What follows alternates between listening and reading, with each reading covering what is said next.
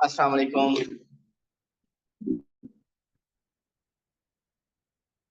Okay जी, हमने कल standard deviation तक थोड़ा सा स्टैटिस्टिक्स को पढ़ा था।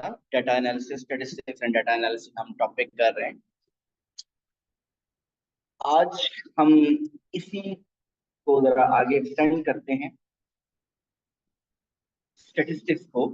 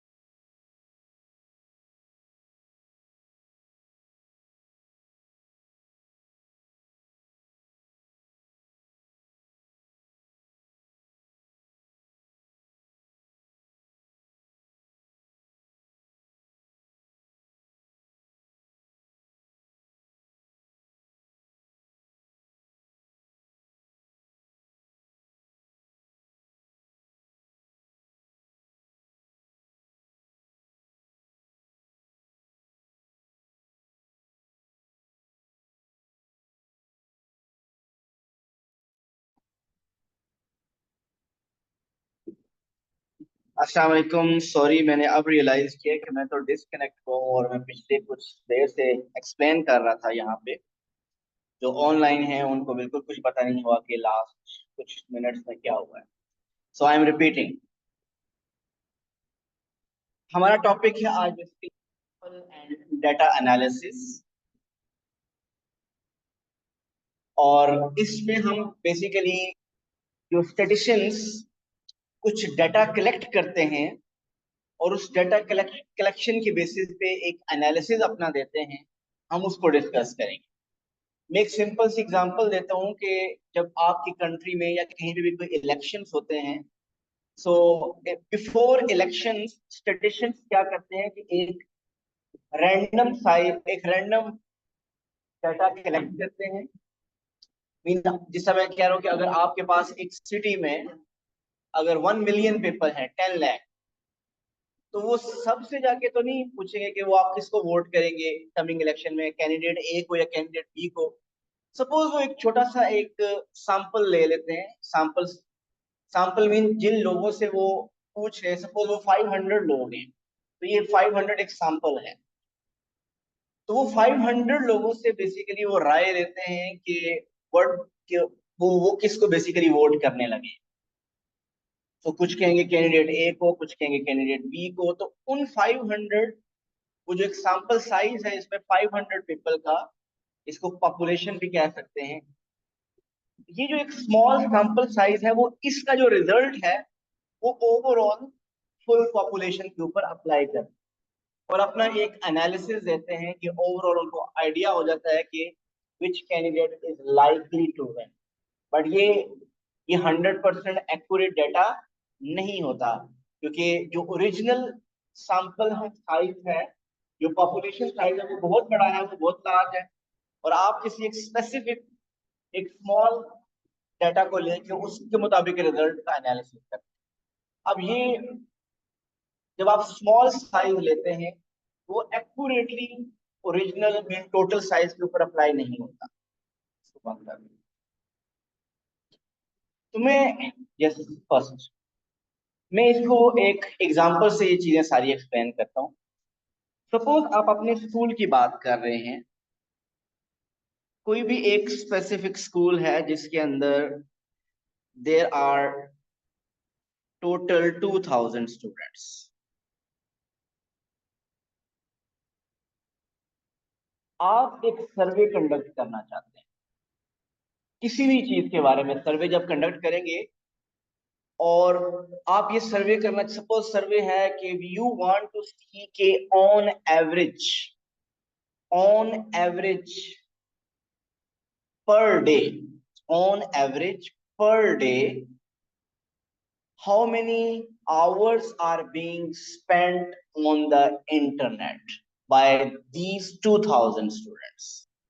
Did you get the question? सर्वे क्या है हमारा? हम ये देखना चाहते हैं कि पर डे ये जो 2000 स्टूडेंट्स हैं, ये इंटरनेट के ऊपर अपना कितना टाइम स्पेंड करते हैं।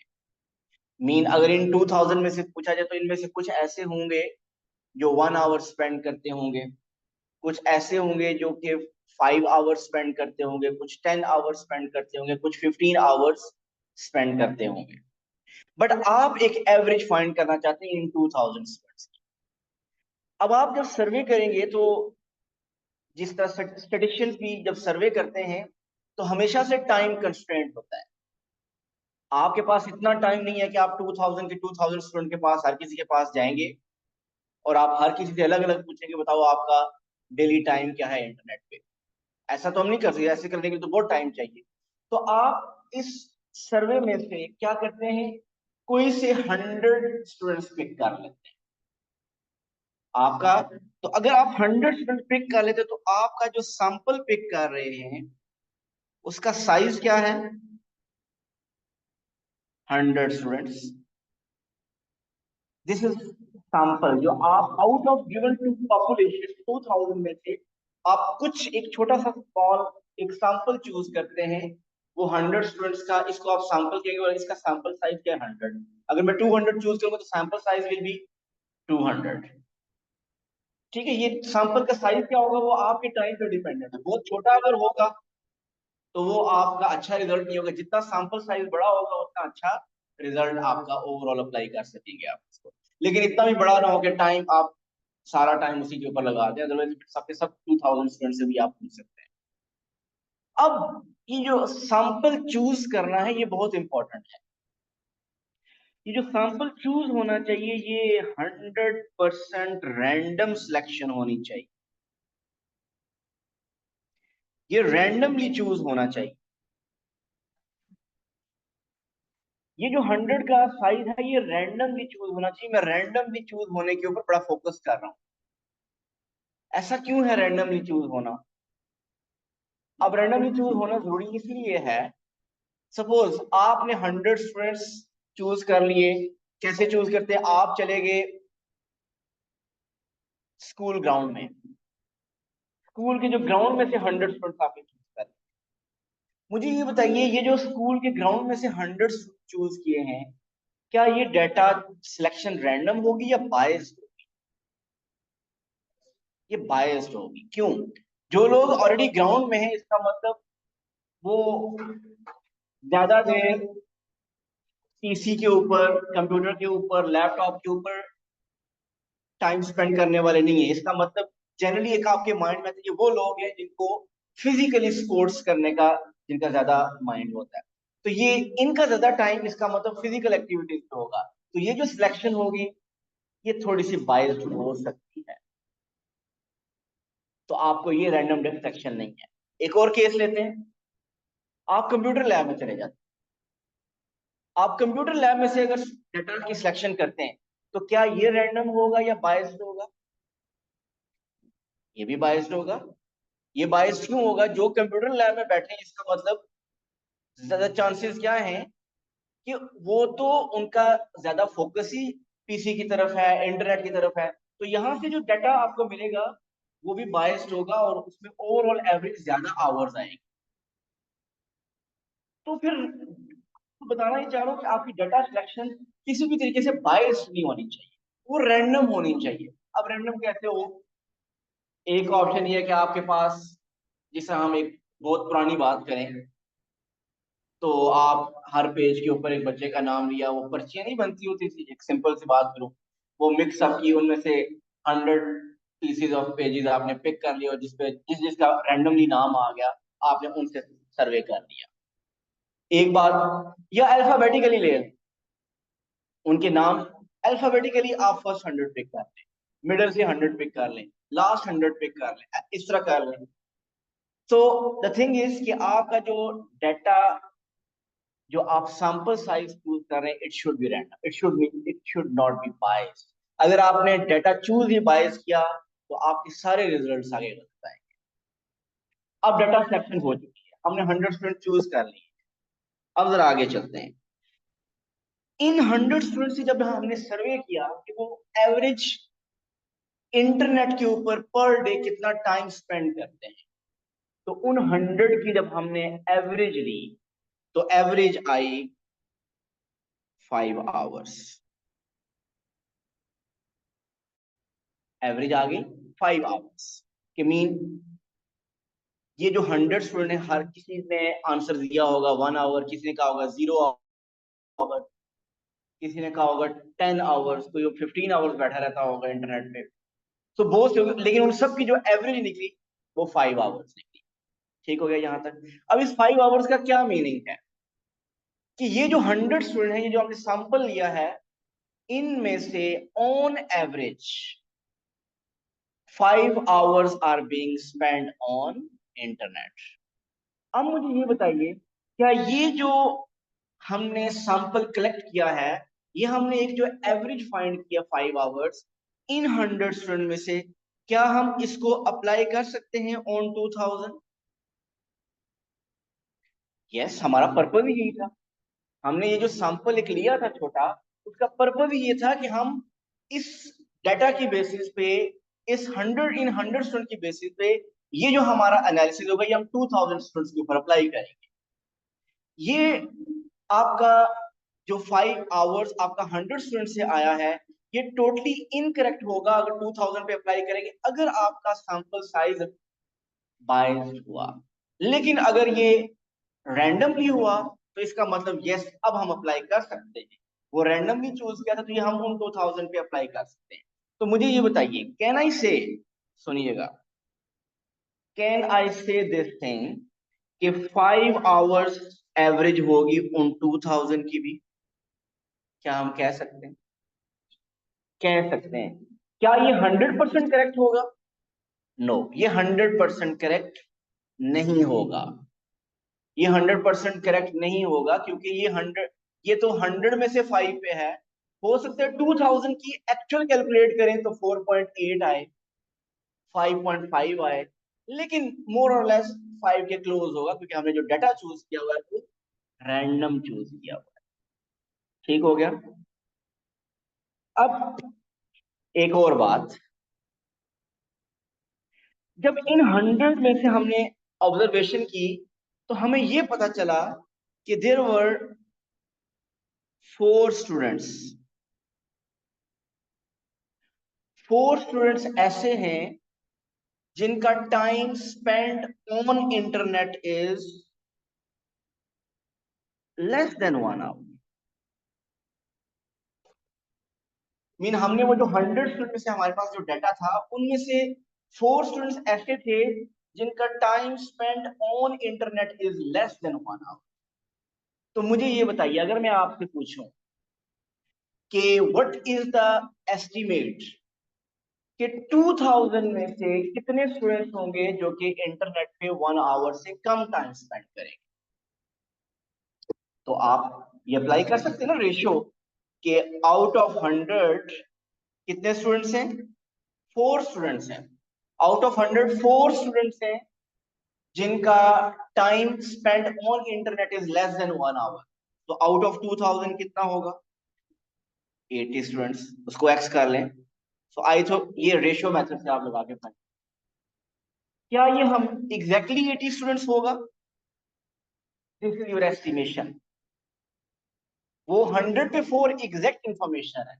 आप उस इंफॉर्मेशन को 2000 के ऊपर अप्लाई कर सकेंगे। आपने एक रैंडमली चूज किया डाटा, अगर बायस होता तो बिल्कुल नहीं अप्लाई कर सकते। रैंडमली चूज किया तो अप्लाई कर सकते हैं। लेकिन ये अप्लाई करने के बाद ये जो 80 स्टूडेंट्स आए हैं ये भी एक्यूरेट नहीं है। ये भी एक्यूरेट नहीं है बट अप्रोक्सीमेटली ये भी होगा। मीन 80 के बजाय हो सकता है 75 आए, 85 आए, 90, बट इसके क्लोज ही हो। Are you getting me? So यहां तक जो हमने पढ़ा कि जो हम सबसे इंपॉर्टेंट बात कि आप जो डाटा जो आप सैंपल चूज करेंगे वो रैंडम होना चाहिए।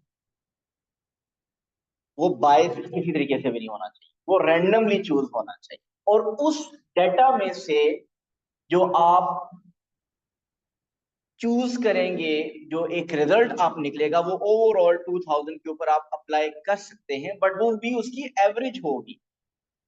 अब आप मुझे बताइए, अक्सर पेपर में स्टेटमेंट्स इसके बारे में आती है कि ये जो 5 आवर्स है इसका क्या मीनिंग है? कैन बी से कि एवरी ऑल दोज 2000 स्टूडेंट्स, मुझे बताइए माय स्टेटमेंट इज ट्रू और false. all those 2000 students, their time on internet per day is 5 hours. Is that true? It's false. ये false है। हाँ, आप ये कह सकते हो कि इट इज एक्सपेक्टेड। अच्छा, 100% भी श्योर नहीं है कि उन 2000 की average 5 hours. It is expected कि उन 2000 की भी एवरेज अप्रोक्सीमेटली 5 आवर्स। अच्छा, ये एक्सपेक्टेड है कि उन 2000 का हर किसी का 5 आवर्स जरूरी नहीं है, लेकिन उन 2000 की एवरेज जो आएगी वो 5 आवर्स हो। अब जरा इस बात को मैं थोड़ा सा मजीद आगे लेके, जो स्टेटिशियंस हैं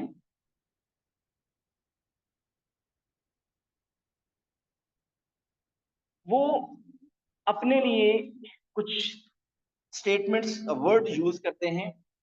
मार्जिन ऑफ एरर, एक वर्ड होता है मार्जिन ऑफ एरर। एक वो वर्ड यूज करते हैं कॉन्फिडेंस इंटरवल।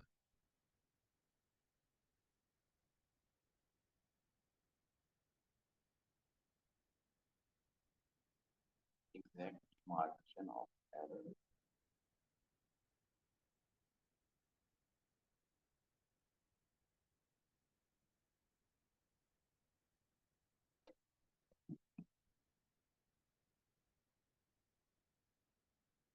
कॉन्फिडेंस लेवल भी कहते हैं, कॉन्फिडेंस इंटरवल भी, डिफरेंट यूज होती है टर्म्स। या कॉन्फिडेंस रेशियो भी इसको कहते हैं। अब ये क्या है मार्जिन ऑफ एरर? अक्सर सपोज ये जो हमने अभी डाटा कलेक्शन किया है कि हमने जो 100 में से देखा कि 5 आपके पास आ गया, 5 hours on daily basis average आ रही है। अगर वो कहते हैं कि मार्जिन ऑफ एरर है 1 आवर, इसका क्या मतलब है 1 hour? Margin of error is 1 hour. Statisticians कहते हैं कि हमने जो डाटा कलेक्ट किया है इसमें मार्जिन ऑफ एरर है 1 आवर का। इसका क्या मीनिंग होगा? कोई गेस करेगा इसका margin of error is 1 hour का क्या मीनिंग? +-1 मीन उन्होंने अगर 5 कहा है ना, वो कह रहे हैं कि अगर इस 5 आवर्स को आप 2000 पे अप्लाई करते हैं तो एरर एक्सपेक्टेड है 1 आवर का।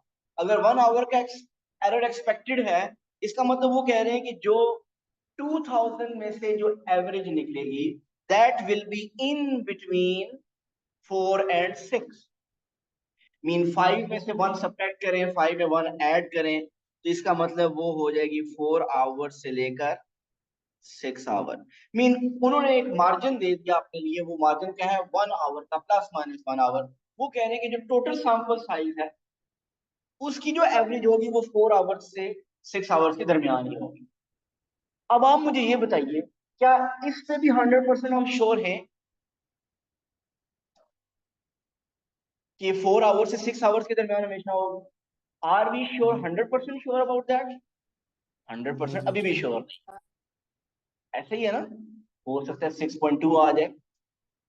उस 100 के सैंपल साइज को हम 2000 पे अप्लाई कर रहे हैं। अपनी तरफ से हमने खुद बहुत कोशिश की कि रैंडम सिलेक्शन की, डाटा की रैंडम सैंपल साइज पे किया, लेकिन इवन देन उसके बाद भी ऐसा पॉसिबल है कि जो आपने फाइंड किया हो और आपने फिर उसके ऊपर मार्जिन भी अप्लाई कर दिया हो, फिर भी जो 2000 की एवरेज आए वो 4 से कम आ जाए, वो 3.5 आ जाए या 6.8 आ जाए, इस तरह आ सकती है। So you are not 100% sure. अब ये कॉन्फिडेंस लेवल क्या है या कॉन्फिडेंस इंटरवल क्या है कि साइंटिस्ट ये बताते हैं, ये परसेंटेज में होता है। कभी होगा 80%, कभी होगा 85%, 90%, 95%, 97.5%, इससे ज्यादा नहीं होता। जो सेट में यूज होता है वो 95%। वो स्टैट में जो यूज होता है वो 95%। अच्छा, एक और बात मैं क्लियर करूं, आपको सेट में कहीं पे मार्जिन ऑफ एरर नहीं कैलकुलेट करना, कहीं पे कॉन्फिडेंस लेवल नहीं कैलकुलेट करना, सिर्फ इनके कॉन्सेप्ट आपको होने चाहिए। कैलकुलेट करने के लिए कहीं नहीं कहेगा। ये 95% कैसे कैलकुलेट किया जाता है, ये मार्जिन ऑफ एरर +-1 कैसे है, ये आपको ये नहीं कैलकुलेट करना, सिर्फ कॉन्सेप्ट बता रहा हूं। अब ये बताइए 95% का क्या मतलब? ऑन करते हैं 95 जी, क्या एक्यूरेट?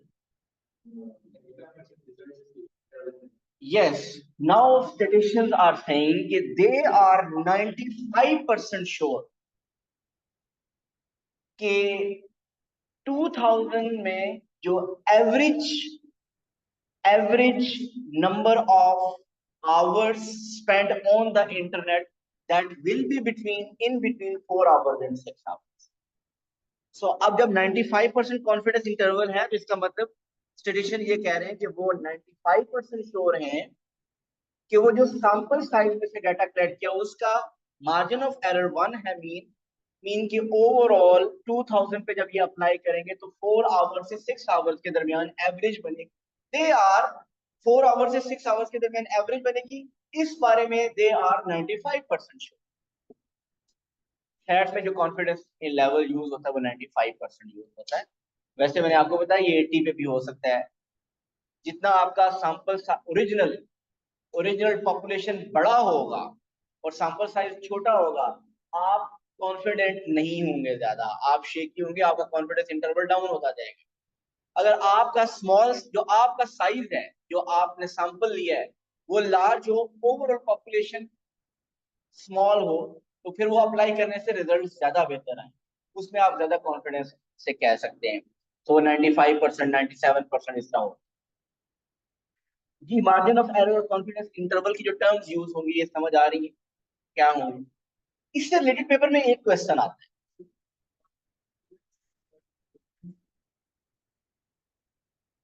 कह सकते हैं। अब अगर आप देखें मार्जिन ऑफ एरर अगर मैं बढ़ा दूं, 2 आवर्स कर दूं, मीन 3 आवर्स से लेकर 7 आवर कर दूं, तो आपका कॉन्फिडेंस इंटरवल बढ़ जाएगा, आप ज्यादा श्योर होंगे, 98% पे चला जाएगा। तो मैंने कहा कि इस तरह का सेट में एक क्वेश्चन आता है और एक कोई स्टेटमेंट दे देता है, उसके आगे फर्दर स्टेटमेंट्स आती हैं और आपको उसमें से चेक करना होता है कि which one is true and false. I hope कि थोड़ा सा आइडिया हो गया होगा। वापस कुछ क्वेश्चंस की तरफ आते हैं।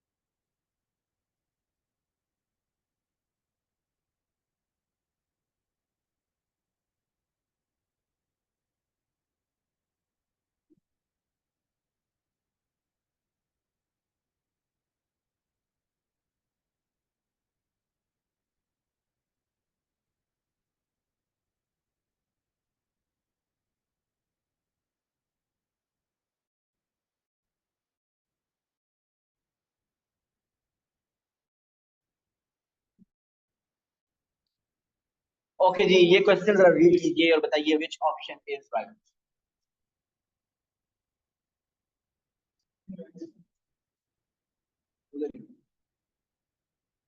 ऑफ कर दें इसको ऑफ कर दें।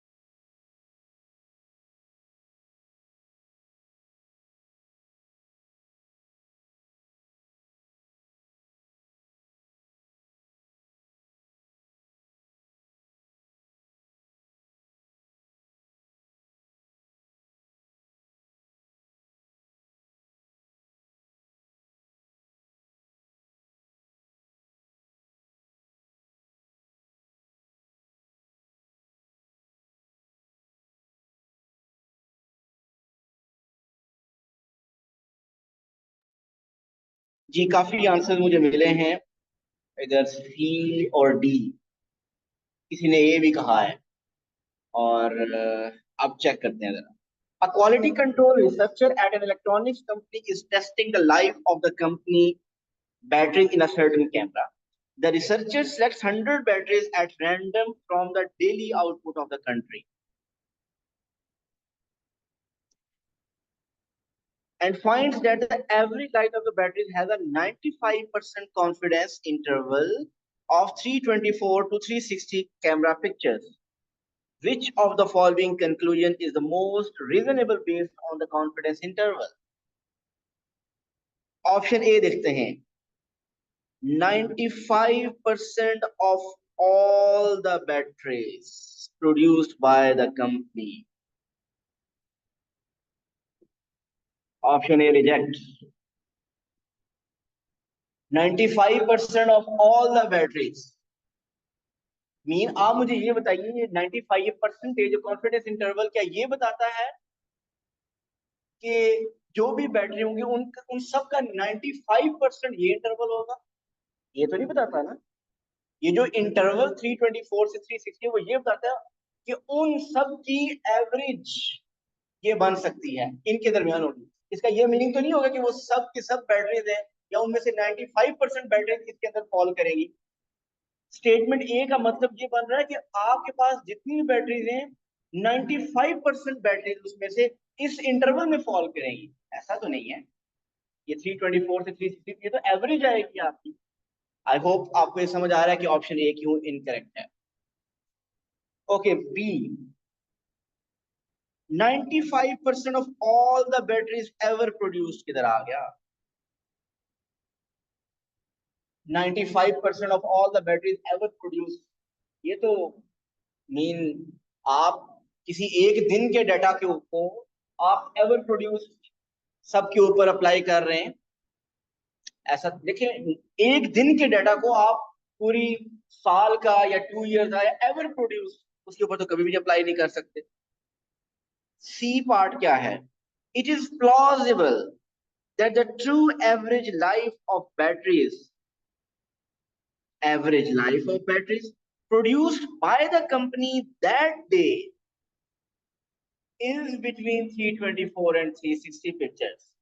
काफी स्ट्रॉन्ग स्टेटमेंट लग रही है सी मुझे, लेकिन मैं डी को भी पढ़ लेता हूं एक दफा. It is plausible that the true average life of all the batteries ever produced, यहाँ पे ये मसला है, ever produced नहीं है. और सी और डी में देखें डिफरेंस क्या है. सी में सिर्फ कह रहा है दैट डे, कहीं लिखा था मैंने ये दैट डे, उस दिन के लिए. आप एक दिन के डाटा को आप मीन एवर प्रोड्यूस के ऊपर अप्लाई नहीं कर सकते. तो मुझे उम्मीद है आपको समझ आएगा कि डी करेक्ट नहीं हो सकती. तो यहाँ पे सी is the strong answer.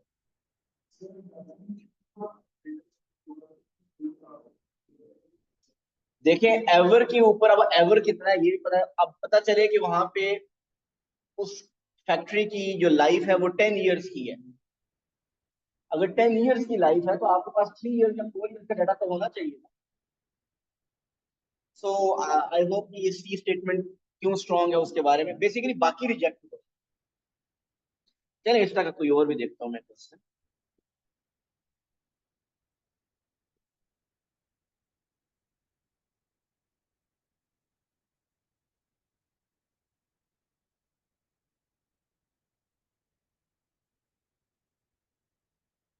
Okay, try this one.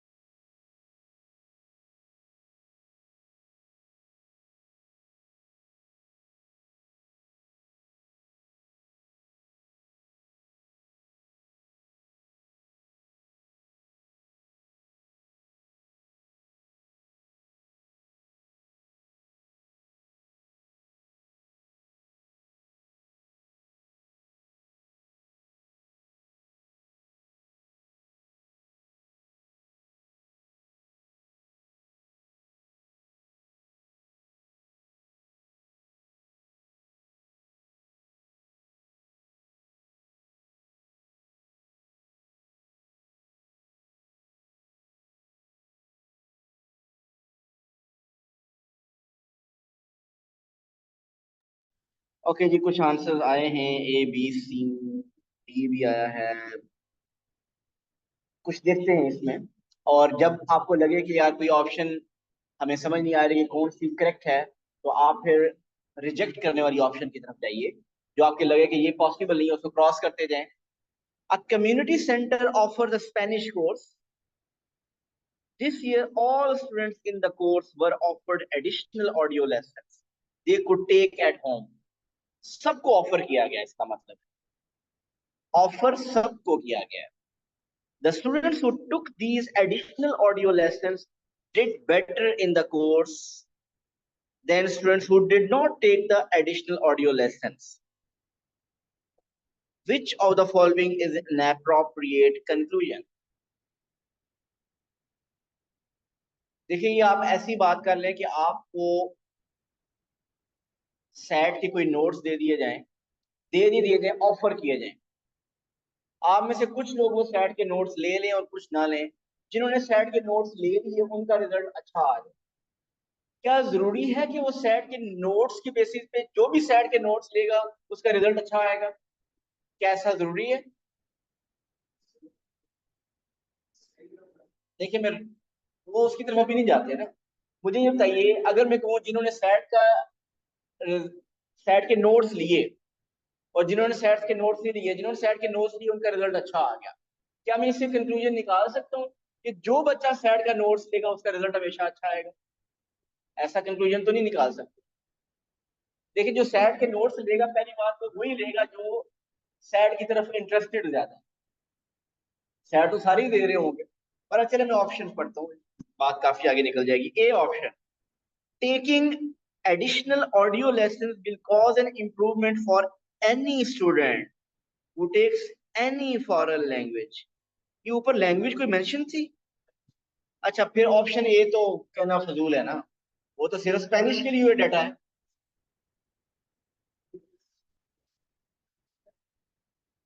नहीं, स्पेनिश की होगा ना, देखो टेक एड होम तो स्पेनिश कोर्स की बात कर रहे हैं। तो ऊपर तो स्पेनिश की और बात हो रही है। तो ये मतलब इसमें बहुत सी वैसे प्रॉब्लम है, लेकिन एक बहुत बड़ा प्रॉब्लम है एनी फॉरेन लैंग्वेज, ये तो हो ही नहीं सकता। ठीक हो गया, ऑप्शन ए रिजेक्ट हो गया। Option B, taking additional audio lessons will cause an improvement for any student who takes a Spanish course. Mean जो भी ऑडियो लेसन लेगा, कोई भी लेगा, उसका रिजल्ट इंप्रूव होगा, बेहतर आएगा। Taking audio additional audio lesson will cause an improvement for any student. क्या सब में आएगी? जरूरी तो नहीं है। ये जनरलाइज हो सकता है बट स्पेसिफिक नहीं कर सकते कि हर स्टूडेंट में, फॉर एनी स्टूडेंट। मेरा ख्याल है बी मतलब नहीं होना चाहिए, लेकिन हो सकता है आप में से कुछ लोगों को डाउट हो, तो इसको क्वेश्चन मार्क कर लें। मेरे ख्याल में ये कोई अच्छा आंसर बी क्रॉस किया वैसे।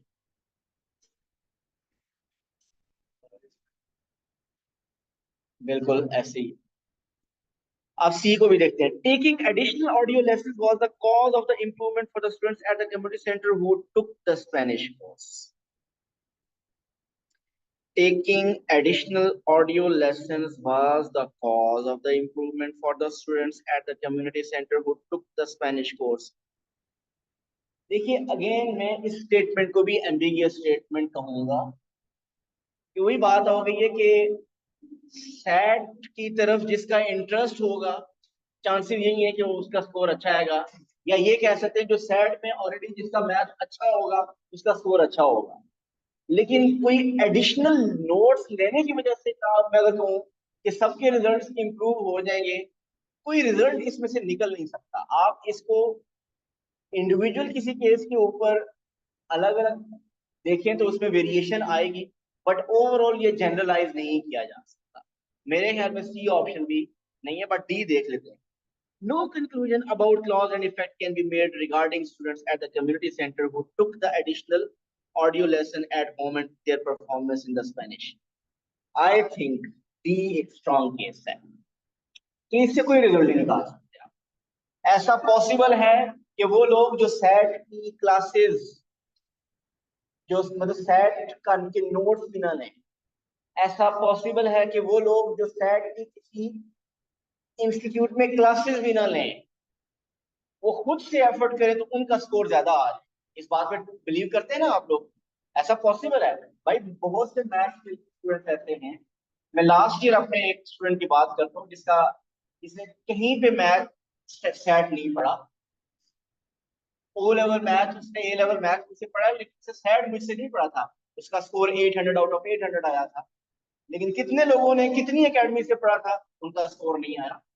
तो ये मीन किसी एक स्पेसिफिक किसी एक चीज के साथ कह देंगे यार ये नोट्स पढ़ेगा या ये, तो उससे रिजल्ट अच्छा होगा। मीन इसमें बहुत सी वेरिएशन, इससे बहुत से रिजल्ट निकल सकते हैं। तो I think the strong answer is D. वैसे इसको मैं आंसर देख लेता हूँ। Yes, the correct answer is choice D. अगर आप कहते हैं तो ये मैं डॉक्यूमेंट आपको सेंड कर देता हूँ। इस डॉक्यूमेंट में उसने लिखा हुआ भी है कि why the others are not right options. तो आपको, आपका तकरीबन जो स्टेटिस्टिक्स वगैरह में जो मेजोरिटी नई चीजें हैं वो भी तकरीबन हम कर चुके हैं। और अब आप फुल फ्लैज पेपर्स करेंगे, और आज आपको एक फुल फ्लैज पेपर मिलेगा थोड़ी देर के बाद। Thank you so much. Allah Hafiz.